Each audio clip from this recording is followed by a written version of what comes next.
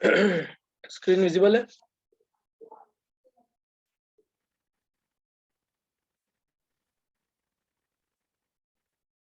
Visible है screen? Yes sir. कल अपन ने रजिस्ट्रेशन टॉपिक शुरू किया था। इसमें अपन ने स्टार्ट किया था कि कौन कौन पर्सन लायबल है कौन लायबल है रजिस्ट्रेशन के लिए।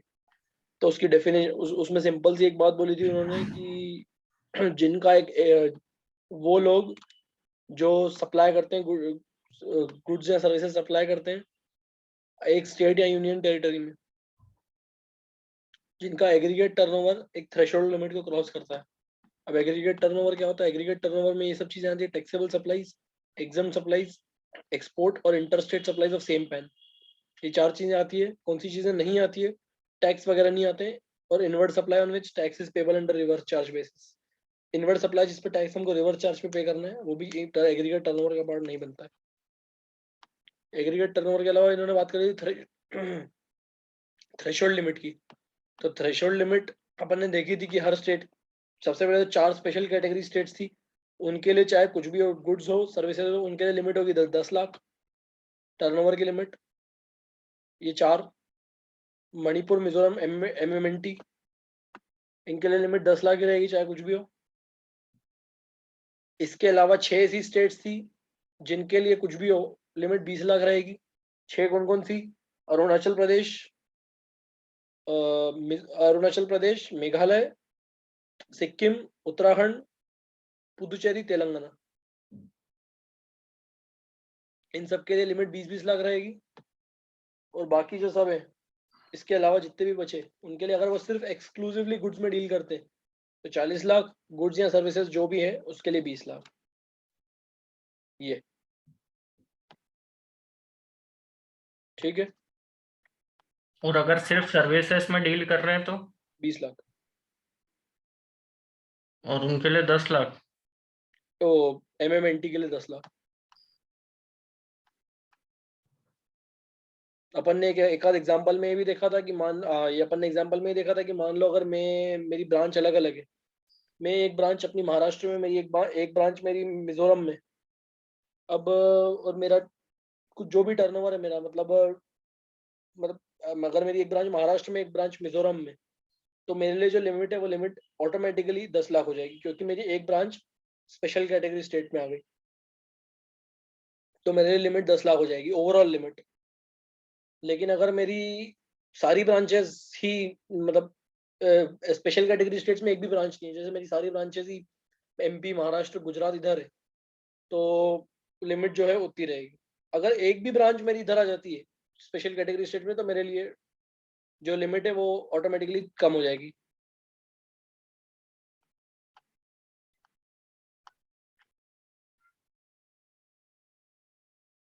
जहां से टैक्सेबल सप्लाई करता हूँ मैं, जहां से टैक्सेबल सप्लाई करता हूँ मेरे को सिर्फ वहां रजिस्ट्रेशन लेने की जरूरत है।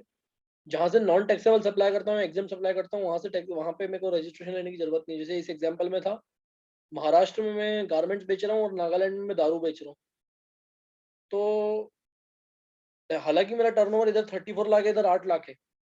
टर्नओवर दोनों जगह कम है। महाराष्ट्र के लिए लिमिट 40 लाख होनी चाहिए, पर टोटल टर्नओवर, एग्रीगेट टर्नओवर कितना है? 42 लाख। तो मेरे को महाराष्ट्र में GST नंबर लेना कंपलसरी हो जाएगा। लेकिन जहां तक नागालैंड की बात करूं मैं, बस तो नागालैंड में मेरे को GST नंबर लेने की जरूरत नहीं पड़ेगी क्योंकि मैं वहां से टैक्सेबल सप्लाई नहीं कर रहा हूँ, मैं वहां दारू बेच रहा हूँ जो GST के परव्यू में आता ही नहीं। ट्रांसफर ऑफ बिजनेस के केस में जो सक्सेसर है वो रजिस्टर्ड पर्सन माना जाएगा, जो भी सक्सेसर बिजनेस को आगे बढ़ाएगा। कंपलसरी रजिस्ट्रेशन में अपन ने देखा था जो इंटर स्टेट टैक्सेबल सप्लाई करता है, उनको GST नंबर लेना कंपलसरी है। नोटिफाइड हैंडीक्राफ्ट गुड्स है तो उनके लिए लिमिट देखेंगे 20 लाख 10 लाख वाली। कैजुअल टैक्सेबल पर्सन जो होते हैं, मैंने बताया था कैजुअल टैक्सेबल पर्सन का मतलब, कैजुअल टैक्सेबल पर्सन अगर हैं जो टैक्सेबल सप्लाई करते हैं 20 लाख और 10 लाख वाली लिमिट से ऊपर, तो उनको भी GST नंबर लेना कंपलसरी है। जो रिवर्स चार्ज बेसिस पे टैक्स पे करते हैं, मतलब जो इनवर्ट सप्लाई करते हैं और उस पर रिवर्स चार्ज बेसिस पे टैक्स पे करते हैं, अपने कल वाले एग्जांपल में अडानी, उनको भी GST नंबर लेना कंपलसरी है। Non resident taxable person NRTP, उनको भी GST नंबर लेना कंपलसरी है, NRTP है भाई, फिरंगी कोई आगे यहाँ बिजनेस कर रहा है। ई कॉमर्स ऑपरेटर जिनको टैक्स कलेक्ट करने की लायबिलिटी है, टीसीएस की लायबिलिटी होती है ई कॉमर्स ऑपरेटर्स को सेक्शन 52 के अंदर, वो उनको भी जीएसटी नंबर लेना कंपलसरी है, अपने अमेजॉन, फ्लिपकार्ट वगैरह। अब अगर टैक्स कलेक्टेड एट सोर्स वालों की लायबिलिटी, तो टैक्स डिडक्टर्स एट सोर्स वालों की भी लायबिलिटी होगी जीएसटी नंबर लेने की, वो are required to deduct tax at source. वो पर्सन जो है किसी के बिहाफ पे, मतलब कोई एक एजेंट जो किसी के बिहाफ पे गुड सप्लाई कर रहा है, टैक्सेबल सप्लाई कर रहा है, उसको भी जीएसटी नंबर लेने की जरूरत पड़ेगी, प्रोवाइडेड ये पर्सन जिसके बिहाफ पे टैक्सेबल सप्लाई कर रहा है वो पर्सन भी रजिस्टर्ड हो। अगर वो पर्सन एग्रीकल्चरिस्ट है, इसका एक एक्सेप्शन था, एग्रीकल्चरिस्ट अगर एग्रीकल्चरिस्ट है तो एग्रीकल्चरिस्ट के एजेंट को जीएसटी नंबर लेने की जरूरत नहीं पड़ेगी, क्योंकि एग्रीकल्चरिस्ट अपने आप में ही, एग्रीकल्चरिस्ट को जीएसटी नंबर लेने की जरूरत नहीं होती है, तो उसको भी जरूरत नहीं होगी। इनपुट सर्विस डिस्ट्रीब्यूटर का मैंने मतलब समझाया था, हेड ऑफिस अपनी ब्रांचेस के लिए सर्विस ले रहा है, उस पे जो सॉफ्टवेयर वाली सर्विसेज ले रहा है सारी ब्रांचेस के लिए, और उनको इनपुट बांट रहा है। तो ये इनपुट सर्विस डिस्ट्रीब्यूटर जो हेड ऑफिस है, इसको जीएसटी नंबर लेने की जरूरत पड़ेगी कंपलसरी।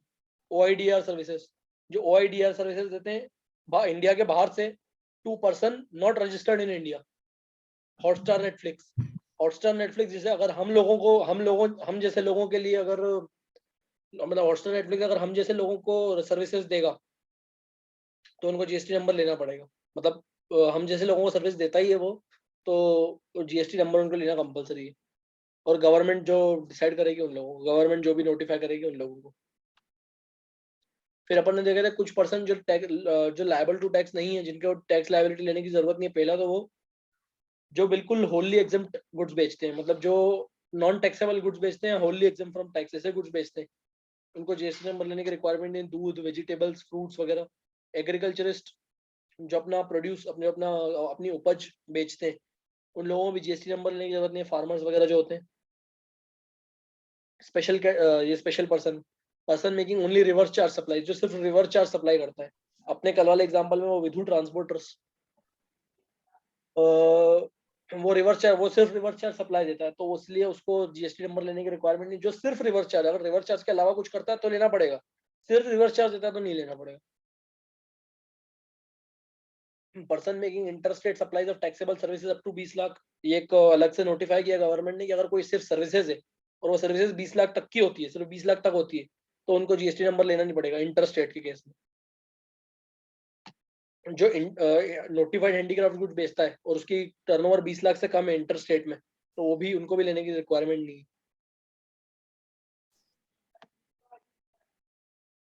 कैजुअल टैक्सेबल पर्सन जिसका टर्नओवर 20 लाख से कम है इंटरस्टेट हैंडीक्राफ्ट गुड्स का, उसको भी लेने की रिक्वायरमेंट नहीं है। Casual taxable person 20 lakh. ये एपीएमसी वाली बात अपन ने जो करी थी कि अगर कोई एग्रीकल्चरिस्ट का कमीशन एजेंट है तो उसको जीएसटी नंबर लेने की जरूरत नहीं है। हालांकि नॉर्मली देखा जाए तो एजेंट को लेने की जरूरत है, क्योंकि उसका प्रिंसिपल रजिस्टर्ड है। लेकिन अगर उसका प्रिंसिपल ही एग्रीकल्चरिस्ट है तो फिर उसको भी लेने की जरूरत नहीं पड़ेगी, क्योंकि एग्रीकल्चरिस्ट अपने आप में ही नॉट लायबल टू रजिस्ट्रेशन। अपन ने फिर एग्जांपल देखे थे दो, उसके बाद अपन को ये चालू करना था अगला, प्रोसीजर फॉर रजिस्ट्रेशन का प्रोसीजर क्या होता है, एनालिसिस पे आऊंगा सीधा।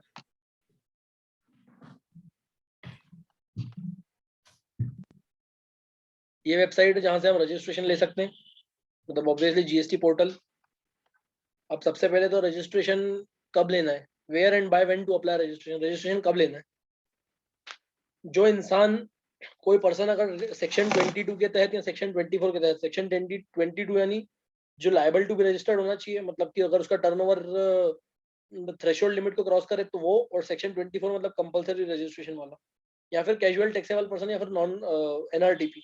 पहले अपन ऊपर वाले की बात करते हैं जिनको कंपलसरी रजिस्ट्रेशन लेना है, या फिर जिनका टर्नओवर क्रॉस कर रहा है, तो उनको कब लेना है, within 30 days from the date on which he becomes liable to registration. 30 दिन के अंदर, जब से वो रजिस्ट्रेशन के लिए लायबल हो जाता है, तब से 30 दिन के अंदर। ठीक है।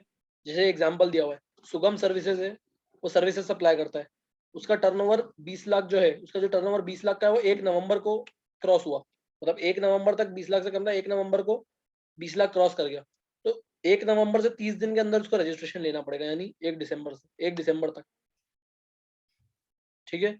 और कैजुअल टैक्सेबल पर्सन या एनआरटीपी की बात करूं, यानी सीटीपी या एनआरटीपी फिरंगी की बात करूं, तो उनको बिजनेस चालू करने से 5 दिन पहले, जैसे अगर मैं महाराष्ट्र में जा रहा हूँ ट्रेड फेयर में, ट्रेड फेयर में गया तो बिजनेस, जिस दिन मैं ट्रेड फेयर में अपनी दुकान लगाऊंगा उससे 5 दिन पहले मेरे को रजिस्ट्रेशन लेना पड़ेगा, एटलीस्ट 5, कम से कम 5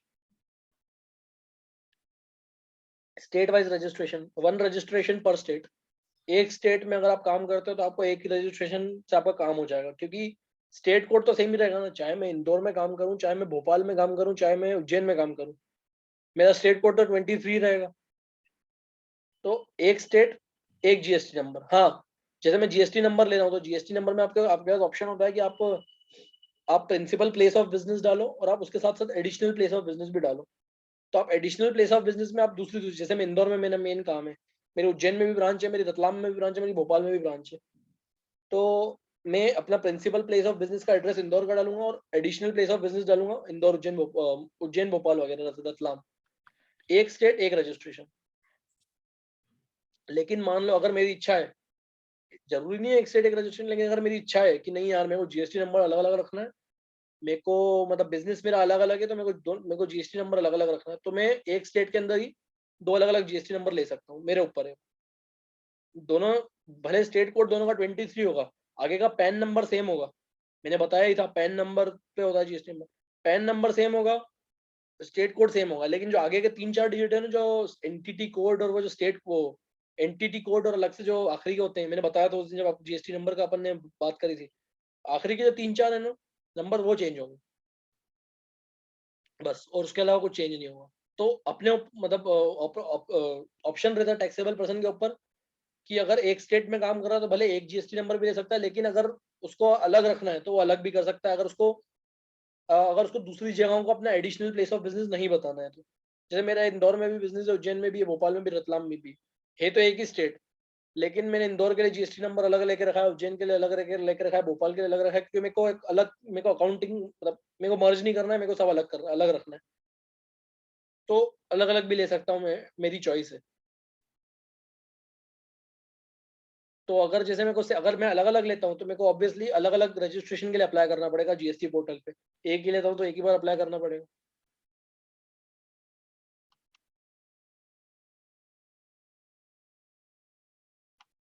composition levy in case of separate registration for multiple places of business, business state और यूनियन टेरिटरी। अब मैंने बताया था कॉम्पोजिशन लेवी होता है। कॉम्पोजिशन लेवी के में क्या होता है, कॉम्पोजिशन लेवी एक मतलब आप यूं समझो, कॉम्पोजिशन लेवी में गवर्नमेंट ने रेट फिक्स करके रखा है कि 1%, आपको 1% पे टैक्स पे करना पड़ेगा। आपका टर्नओवर जितना भी आपका टर्नओवर है ना, आपको 1% पे टैक्स पे करना पड़ेगा। ये कंपोजिशन लेवी है।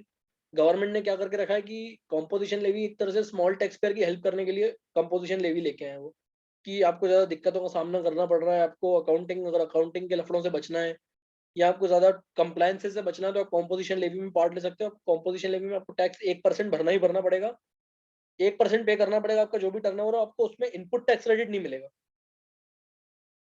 यानी कि आप जो परचेजिंग करोगे उस पर आप टैक्स पे करोगे, आपको उसका इनपुट टैक्स क्रेडिट नहीं मिलेगा। कॉम्पोजिशन लेवी में आपको जो भी टर्नओवर आप कर रहे हो, आप जो भी माल बेच रहे हो, सेल्स कर रहे हो, अच्छा आप जब एक कॉम्पोजिशन लेवी के केस में एक ये भी होता है, कॉम्पोजिशन में जो कॉम्पोजिशन लेवी वाला होता है वो मंगाता तो मतलब जब वो परचेजिंग करता है तो वो परचेजिंग के टाइम टैक्स तो पे करता है, लेकिन जब वो सेल करता है ना, कॉम्पोजिशन लेवी वाला जब वो सेल करता है ना, तो उस पर टैक्स चार्ज नहीं कर सकता है अपने प्रोडक्ट पे। यानी कि मान लो मैं अगर कॉम्पोजिशन लेवी वाला हूँ, अगर मैंने कॉम्पोजिशन लेके रखा है, कॉम्पोजिशन स्कीम लेके रखी है, मैं माल खरीद रहा हूँ, तो जब मैं माल खरीद रहा हूँ तो उस पर टैक्स पे करूंगा मैं, क्योंकि सामने वाला तो रजिस्टर्ड है ना, मैं कॉम्पोजिशन हूँ, सामने वाला तो रजिस्टर्ड होगा ना, मैंने सामने वाले से माल लिया, मैंने टैक्स भी पे किया। अब जब मैं सेल करूंगा, मैं मान लो आपको सेल करूंगा, तो मैं आपसे जीएसटी रिकवर नहीं कर सकता हूँ, क्योंकि मैं कंपोजिशन लेवी वाला हूँ। इसलिए इनपुट टैक्स क्रेडिट नहीं मिलता है इनको। तो कंपोजिशन लेवी वाले उनको 1% टैक्स पे करना पड़ता है जितना भी होता है टर्नओवर उनका। तो इस पॉइंट में ये बोला है कि जैसे अगर मैं अपनी जैसे मान लो मेरे अलग अलग जीएसटी नंबर है, इंदौर, उज्जैन, भोपाल, रतलाम, 4 जगह मेरे अलग अलग जीएसटी नंबर है। अगर मैं इंदौर के लिए मैं इंदौर वाले जीएसटी नंबर के लिए कॉम्पोजिशन लेवी अप्लाई करता हूँ और बाकी जीएसटी नंबर के लिए नॉर्मल चलने देता हूँ, तो ऐसा पॉसिबल नहीं है। अगर एक के लिए कॉम्पोजिशन तो सबके लिए कॉम्पोजिशन, एक के लिए नॉर्मल नॉर्मल प्रोविजंस तो सबके लिए नॉर्मल प्रोविजंस। मतलब मैं किसी एक पर्टिकुलर अपने किसी एक पर्टिकुलर ब्रांच या अपने किसी एक पर्टिकुलर प्लेस ऑफ बिजनेस के लिए कॉम्पोजिशन बाकी अलग बाकियों के लिए नॉर्मल प्रोविजंस पे नहीं चल सकता, अलग अलग नहीं होगा, सबसे होगा तो सेम ही होगा, क्योंकि एक ही पैन नंबर है, एक ही इंसान के पैन नंबर पे जीएसटी नंबर लिए हैं, एक कॉम्पोजिशन तो सब कॉम्पोजिशन, एक नॉर्मल तो सब नॉर्मल।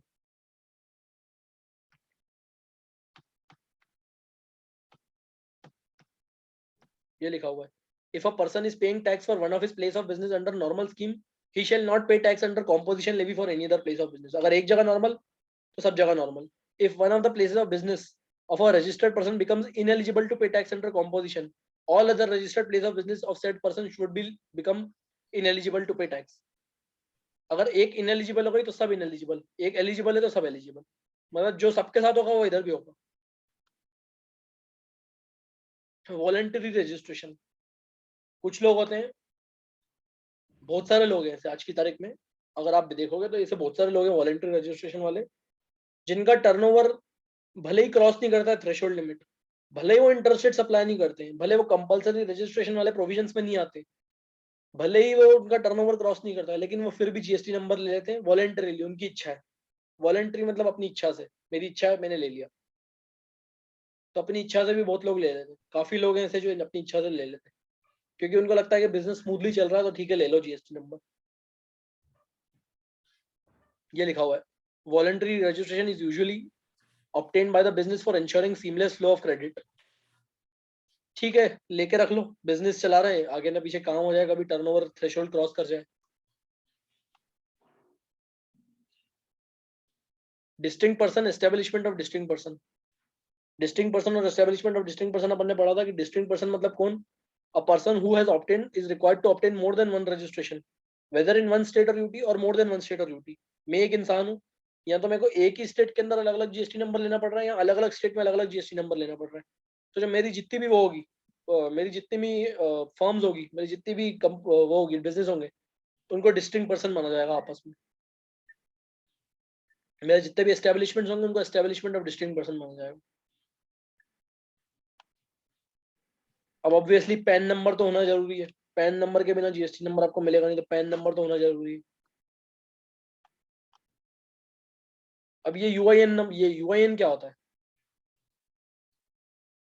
अब जैसे कुछ ऐसी ऑर्गेनाइजेशंस होती है जो मतलब बिजनेस नहीं करती है बेसिकली, मतलब है ना, उनका उनका एज सच कुछ, मतलब इंडिया में कुछ उनका प्रेजेंस होता नहीं एज सच, मतलब उनका कोई, उनको रजिस्ट्रेशन की जरूरत नहीं पड़ती है, तो उनको उनको यूआईएन नंबर मिलता है। यूआईएन नंबर, अब ये कौन होती है?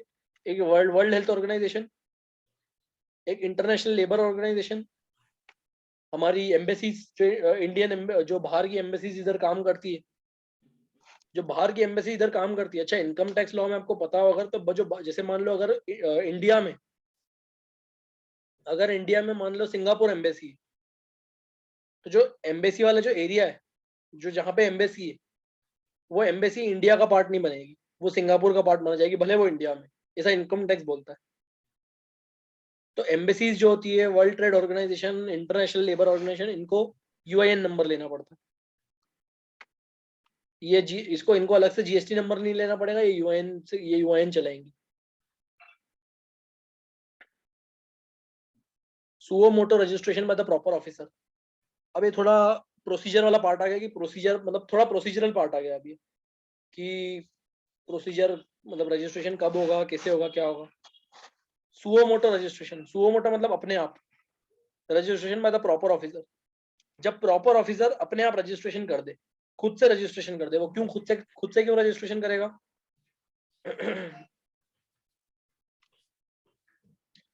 मान लो कोई इंक्वायरी हुई, इंस्पेक्शन हुई, मान लो जीएसटी ऑफिसर ऐसे ऐसे जीएसटी ऑफिसर मतलब ऐसे राउंड पे मान लो निकले, इसे इंक्वायरी वगैरह इन्वेस्टिगेशन में पता चला कि यार ये पर्सन, ये businessman liable to be registered है,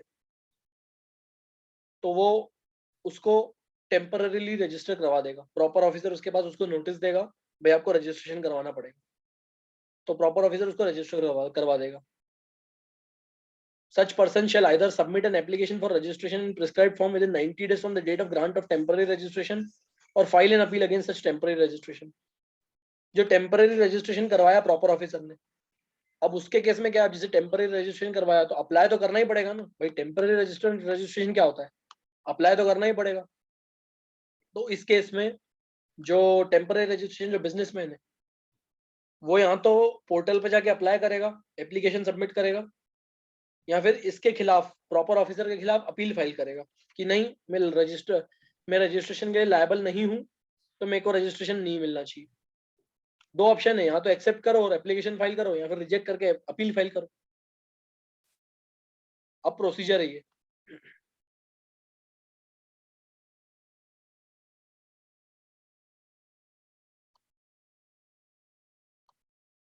अभी जो भी प्रोसीजर है रजिस्ट्रेशन का, रजिस्ट्रेशन सर्टिफिकेट मिलता है हमको, जो भी रजिस्ट्रेशन हमको करवाना पड़ता है, वॉलंटरी चाहे कंपलसरी कुछ भी, ये प्रोसीजर है उसका। ये रजिस्ट्रेशन की जो प्रोसीजर है ये एनआरटीपी, टीडीएस, टीसीएस और ओआईडीआर वालों के लिए नहीं है, सबके लिए है। ये 4 लोगों के लिए नहीं है, एनआरटीपी, टीडीएस, टीसीएस वाले और ओआईडीआर सर्विसेज वाले, इनके लिए ये प्रोसीजर नहीं है, बाकी सबके लिए ये प्रोसीजर लगती है। हम क्या करते हैं,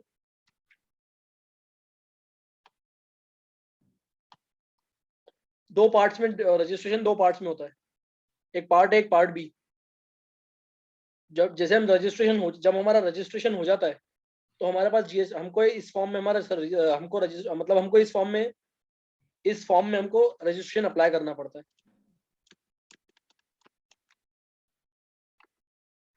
यहाँ पे लिखा है, दिख रहा है रजिस्टर नाउ। ये रजिस्टर नाउ पे हम क्लिक करते हैं तो ये फॉर्म का पार्ट ए है। यहाँ पे मैं जाऊंगा, आई एम टैक्स पेयर, मेरे से पूछेगा आप कौन हो, टैक्स पेयर हो, टैक्स डिडक्टर हो, टीडीएस वाला, टैक्स कलेक्टर हो, टीसीएस जो अपन ने पढ़ा था, ई कॉमर्स अभी पढ़ा अपन ने, जीएसटी प्रैक्टिशनर हो, एनआरटीपी हो आप, मतलब फिरंगी, यूनाइटेड नेशन बॉडी जो भी अपन ने पढ़ी, डब्ल्यूएचओ या फिर एम्बेसी वगैरह, ये सब पूछते हैं आपसे आप कौन हो। तो हम है टैक्स पेयर नॉर्मल। मेरी स्टेट क्या है, मध्य प्रदेश। मेरी डिस्ट्रिक्ट क्या है, इंदौर।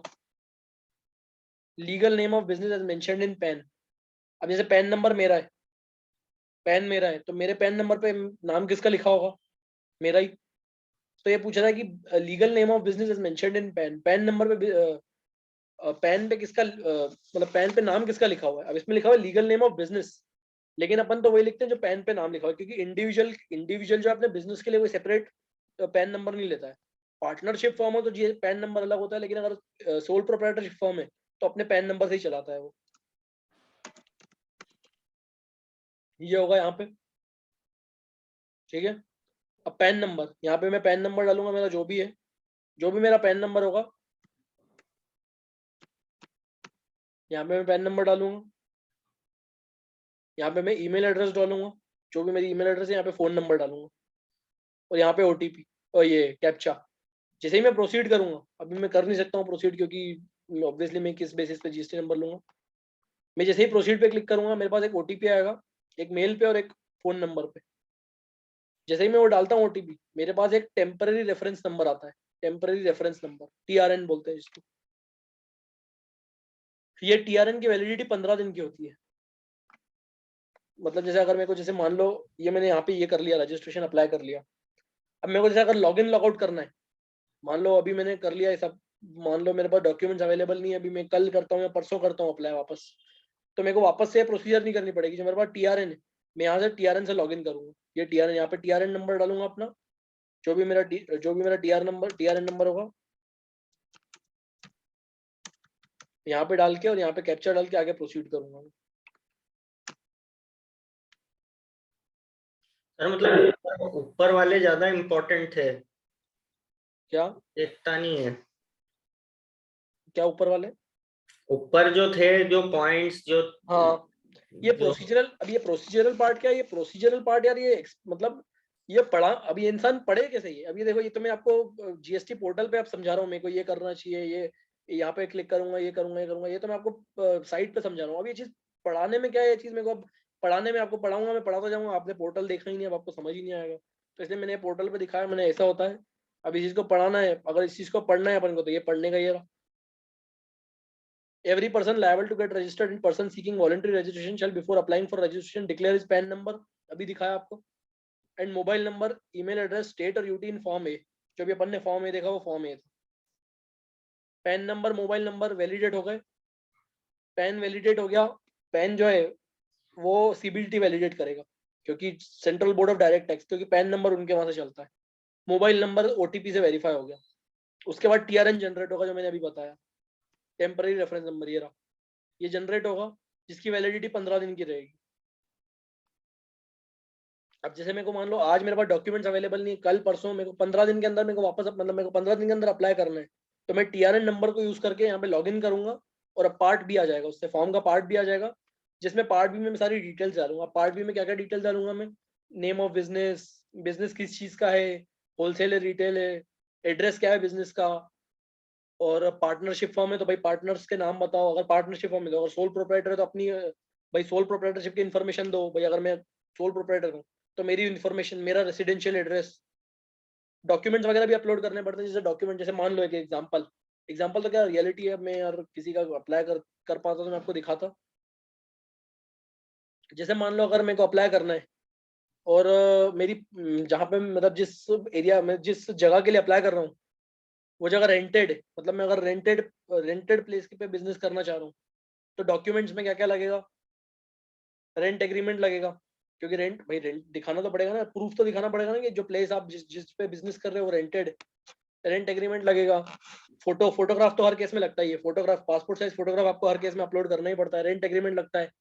आपको इलेक्ट्रिसिटी बिल, जिस जगह का आप कर रहे हो, जिस जगह पे आप बिजनेस कर रहे हो उसका इलेक्ट्रिसिटी बिल लगता है आपको।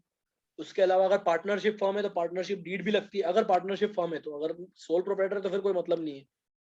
अगर आप मतलब आप किसके अंडर, आपकी जो दुकान है वो किसके अंडर रजिस्टर्ड है, जैसे जो नगर निगम, जैसे अगर हम बिजनेस चालू करते हैं तो नगर निगम लाइसेंस लेना पड़ता है, गुमास्ता लाइसेंस सुना होगा आपने, नगर निगम गुमास्ता, तो एक गुमास्ता नंबर, नगर निगम नंबर, दोनों में से कोई भी एक, या फिर अगर मेरी दवाइयों का काम है तो ड्रग लाइसेंस नंबर, मेरा फूड इंडस्ट्री में काम है तो एफएसएसएआई का जो वो होता है, मिलता है मेरे को सर्टिफिकेट, उसका नंबर, मतलब जिस भी इंडस्ट्री में आते हो उसका आपको वो दिखाना पड़ेगा, प्रूफ दिखाना पड़ेगा कि आप किसके अंडर, मतलब आप किस एक्ट के अंदर आते हो, तो वो बताना पड़ता है। वो पार्ट बी का पार्ट है सर। ये तो अपन अपनी बात कर रहे हैं नॉर्मली, लेकिन अगर कैजुअल टैक्सेबल पर्सन अप्लाई कर रहा है, अगर कोई कैजुअल टैक्सेबल पर्सन अप्लाई करता है तो कैजुअल टैक्सेबल पर्सन के केस में क्या होता है, मैंने क्या बताया ना, कैजुअल टैक्सेबल पर्सन को कब अप्लाई करना है, एटलीस्ट 5 दिन पहले, बिजनेस चालू करने के 5 दिन पहले। तो जो हमको तो टीआरएन नंबर कब मिल जाएगा, जब हम यहाँ पे सब कर लेंगे, ये जब हम सब डाल देंगे तो हमको टीआरएन नंबर मिल जाएगा। लेकिन कैजुअल टैक्सेबल पर्सन को टीआरएन नंबर कब मिलेगा, जब वो टैक्स का एडवांस डिपॉजिट करेगा। उसको मतलब कैजुअल टैक्सेबल पर्सन जो और एनआरटीपी जो होते हैं, फिरंगी और सीटीपी, इनको एडवांस डिपॉजिट करना पड़ता है टैक्स का। अब आप बोलोगे यार मैंने अभी धंधा चालू किया ही नहीं है तो मेरे को कैसे मालूम मेरे को टैक्स कितना पे करना पड़ेगा, मैंने अभी धंधा चालू ही नहीं किया है, मैं टैक्स कैसे पे करूं, अपनी इच्छा से, जितना आपकी श्रद्धा भक्ति हो आप टैक्स पे करो। आपने मान लो 1 लाख रुपए जमा कर दिए, मान लो जमा कर दिए 1 लाख रुपए, 2 महीने बिजनेस चलाया, अगर 1 लाख कम पड़ गए तो और ऐड कर देना उस टाइम पे, कम नहीं पड़े अगर बच रहे हैं तो रिफंड ले लेना, रिफंड भी हो ही जाते हैं। तो सीटीपी को, कैजुअल टैक्सेबल पर्सन को एडवांस डिपॉजिट करने पे ही टीआरएन मिलेगा। हमने रजिस्ट्रेशन अप्लाई कर दिया, ये एप्लीकेशन प्रॉपर ऑफिसर के पास जाएगी, और प्रॉपर ऑफिसर क्या करता है वही इसमें लिखा हुआ है। हमने अपनी तरफ से कर लिया, अब प्रॉपर ऑफिसर क्या करेंगे, हमने सारे डॉक्यूमेंट्स डाल दी, सारी डिटेल डाल दी, अब प्रॉपर ऑफिसर क्या करेगा, सारे एग्जामिन करेगा, सारे डॉक्यूमेंट्स वगैरह वो देखेगा, सारी जेन्युइननेस देखेगा कि मतलब ये जेन्युइन है कि नहीं, ये प्रॉपर है कि नहीं। अब मान लो अगर उसको कोई दिक्कत लगी, प्रॉपर ऑफिसर को अगर लगा कि यार इसमें कुछ दिक्कतें हैं, तो वो 7 दिन के अंदर बोलेगा कि यार आप क्लैरिफिकेशन फाइल करो, मतलब जब से हमने रजिस्ट्रेशन अप्लाई किया है वहां से 7 दिन के अंदर वो अपन को बोलेगा कि भैया जो आपने ये डॉक्यूमेंट आपने दिया है ये इसमें कुछ ये गलत है, हमने आपने कोई डॉक्यूमेंट मिस कर दिया है, तो ये डॉक्यूमेंट अपलोड करो। ये 7 दिन के अंदर हमको वो बोलेगा प्रॉपर ऑफिसर। ठीक है, अब 7 दिन प्रॉपर ऑफिसर ने हमको बोला, हमने रजिस्ट्रेशन अप्लाई किया, हमको प्रॉपर ऑफिसर ने बोला भैया क्लैरिफिकेशन फाइल करो। अब हमारे पास है क्लैरिफिकेशन फाइल करने का। जो भी क्लैरिफिकेशन फाइल करना मतलब अगर वो एडिशनल डॉक्यूमेंट मांग रहा है तो एडिशनल डॉक्यूमेंट अपलोड करना, अगर वो बोल रहा है कि आप ये इन्फॉर्मेशन दो तो इन्फॉर्मेशन देना, जो भी है वो अपन क्लैरिफिकेशन फाइल करेंगे।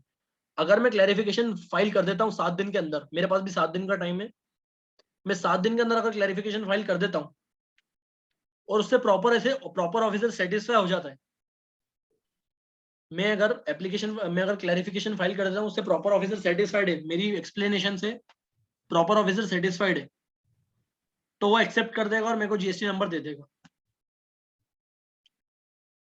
दूसरा केस, यहाँ तो मैं क्लैरिफिकेशन फाइल ही नहीं करता हूँ 7 दिन के अंदर, या फिर मैं फाइल करता हूँ पर प्रॉपर ऑफिसर उससे सेटिस्फाइड नहीं है।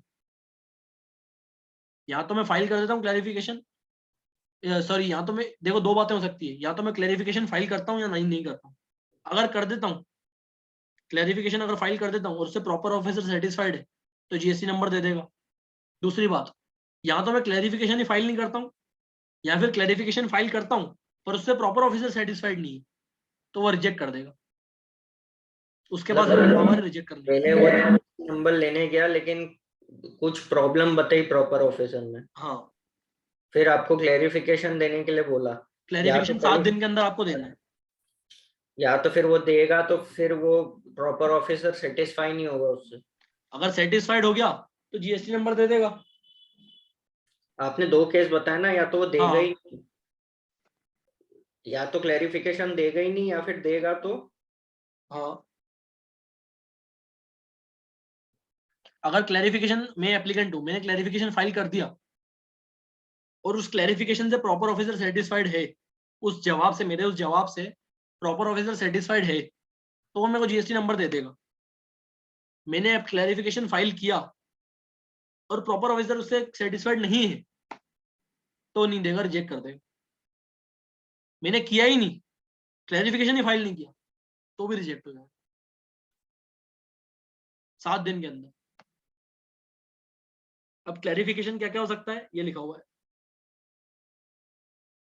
वो बोलेगा कि भैया आपका और कहीं भी रजिस्टर्ड है तो अगर आपकी और कहीं ब्रांच भी रजिस्टर्ड है तो वो भी बताओ, आपके दुकान का इलेक्ट्रिसिटी बिल भेजो, इलेक्ट्रिसिटी बिल अपलोड करो, आपका नगर निगम अपलोड करो, प्रॉपर्टी टैक्स रिसीट अपलोड करो, कुछ भी वो बोल सकता है, वो प्रॉपर ऑफिसर के ऊपर है। अब एक होता है डीम्ड अप्रूवल मतलब अपन कब माना जाए ऐसा कि प्रॉपर ऑफिसर ने भाई इसको एक्सेप्ट कर लिया है। अभी ऊपर से अपन ने रजिस्ट्रेशन की बात करी,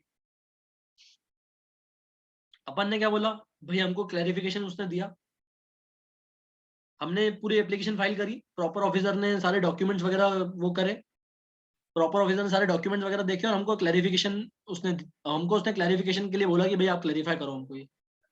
मान लो हमने एप्लीकेशन फाइल करी, प्रॉपर ऑफिसर उसको एग्जामिन कर रहा है, उसको उसको वो कर रहा है, स्टडी कर रहा है उस डॉक्यूमेंट्स को, और वो हमको जवाब देना ही भूल गया या फिर जवाब नहीं दे रहा है वो, या कुछ भी रीजन की वजह से वो हमको जवाब नहीं दे रहा है, या तो वो जवाब नहीं दे रहा है, जवाब देना भूल गया, टाइम लिमिट के अंदर जवाब देना भूल गया वो, या कुछ भी किसी भी रीजन से उसको जवाब नहीं दे रहा है हमको, ना क्लैरिफिकेशन का बोल रहा है, ना एक्सेप्टेंस बता रहा है, ना रिजेक्शन बता रहा है, कुछ भी नहीं बता रहा है वो, तो हम मानेंगे कि भाई उसका डीम्ड अप्रूवल,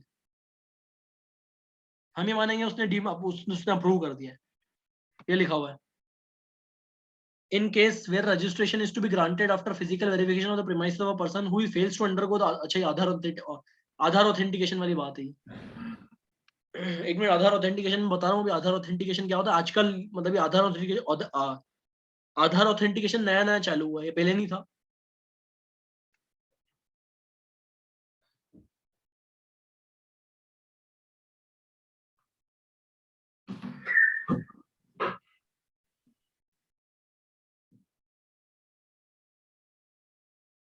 अब पहले तो आधार ऑथेंटिकेशन में बताता हूँ आधार ऑथेंटिकेशन क्या होता है।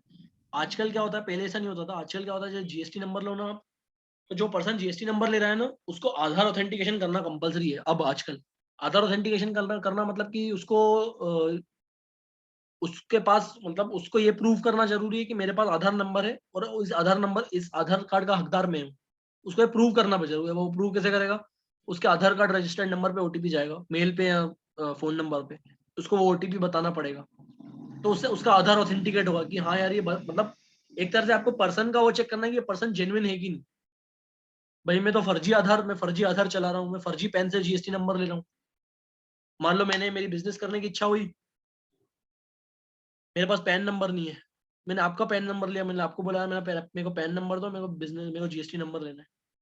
पैन नंबर तो मैंने आपका ले लिया, लेकिन आधार ऑथेंटिकेशन के टाइम तो दिक्कत आएगी ना। आधार ऑथेंटिकेशन कैसे करूंगा मैं? तो जब आधार ऑथेंटिकेशन होता है, in case where registration is to be granted after physical verification of the premises, who fails to undergo आधार, मान लो कोई आधार ऑथेंटिकेशन नहीं करता है, अगर कोई आधार ऑथेंटिकेशन किसी का नहीं हो पाता है या किसी भी वजह से नहीं हो पाता उसका आधार ऑथेंटिकेशन, और प्रॉपर ऑफिसर उसकी प्लेस ऑफ बिजनेस को वो करता है, प्लेस ऑफ बिजनेस पे उसकी फिजिकल वेरिफिकेशन करता है कि यार इसकी एक्चुअली प्लेस ऑफ बिजनेस जो इसने एड्रेस डाला है एक्चुअल में यहाँ पे काम कर रहा है कि भी नहीं। भाई मैं तो मर्जी से कुछ भी एड्रेस डाल दूं, मैं वहां काम करना भी तो चाहिए। प्रॉपर ऑफिसर देख के आया कि भैया आधार ऑथेंटिकेशन नहीं कर पा रहा है, लेकिन प्रॉपर ऑफिसर उस जगह पे जाके देख के आया कि हाँ ये बिजनेस वहां से कर रहा है, तो 30 दिन के अंदर माना जाएगा कि वो रजिस्ट्रेशन अप्रूव हो गया within a period of 30 days from the date of submission of the application.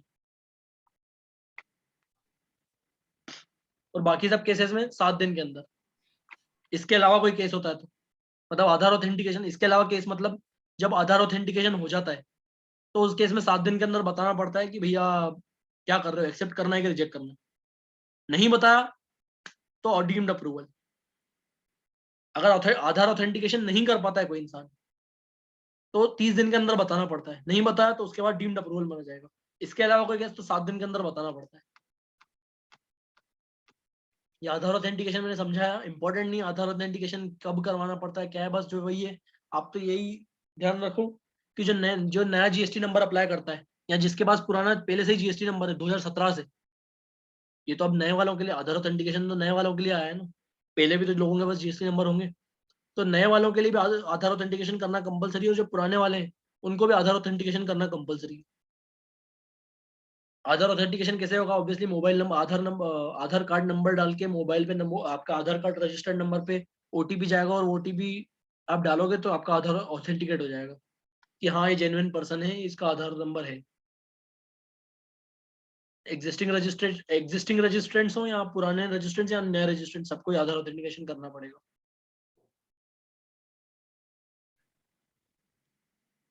अब ये बोल रहा है कि भैया किसको आधार ऑथेंटिकेशन किसको करना पड़ेगा? ऑब्वियसली जिसके पास आधार नंबर है, जो नया एप्लीकेशन कर रहा है उसको। ये एनालिसिस है, ये थोड़ा डीप में लिखते हैं, एनालिसिस में थोड़ा डीप डीप में देते हैं। ऑब्वियसली न्यू एप्लीकेंट जो नया जीएसटी नंबर अप्लाई करेगा उसको आधार ऑथेंटिकेशन करना कंपलसरी है, क्योंकि आधार ऑथेंटिकेशन करेगा अगर वो, उसको उसके बाद ही जीएसटी नंबर मिलेगा। अगर नहीं करता है तो प्रॉपर ऑफिसर फिर आपका आपका प्लेस ऑफ बिजनेस वेरीफाई कर सकता है, वो आपके आपके आपके आगे सर्च इंक्वायरी वगैरह कर सकता है। अब ये तो इंडिविजुअल की बात हो गई। अगर एचयूएफ है मान लो, एचयूएफ हिंदू अनडिवाइडेड फैमिली, तो उस केस में आधार ऑथेंटिकेशन कौन करेगा? करता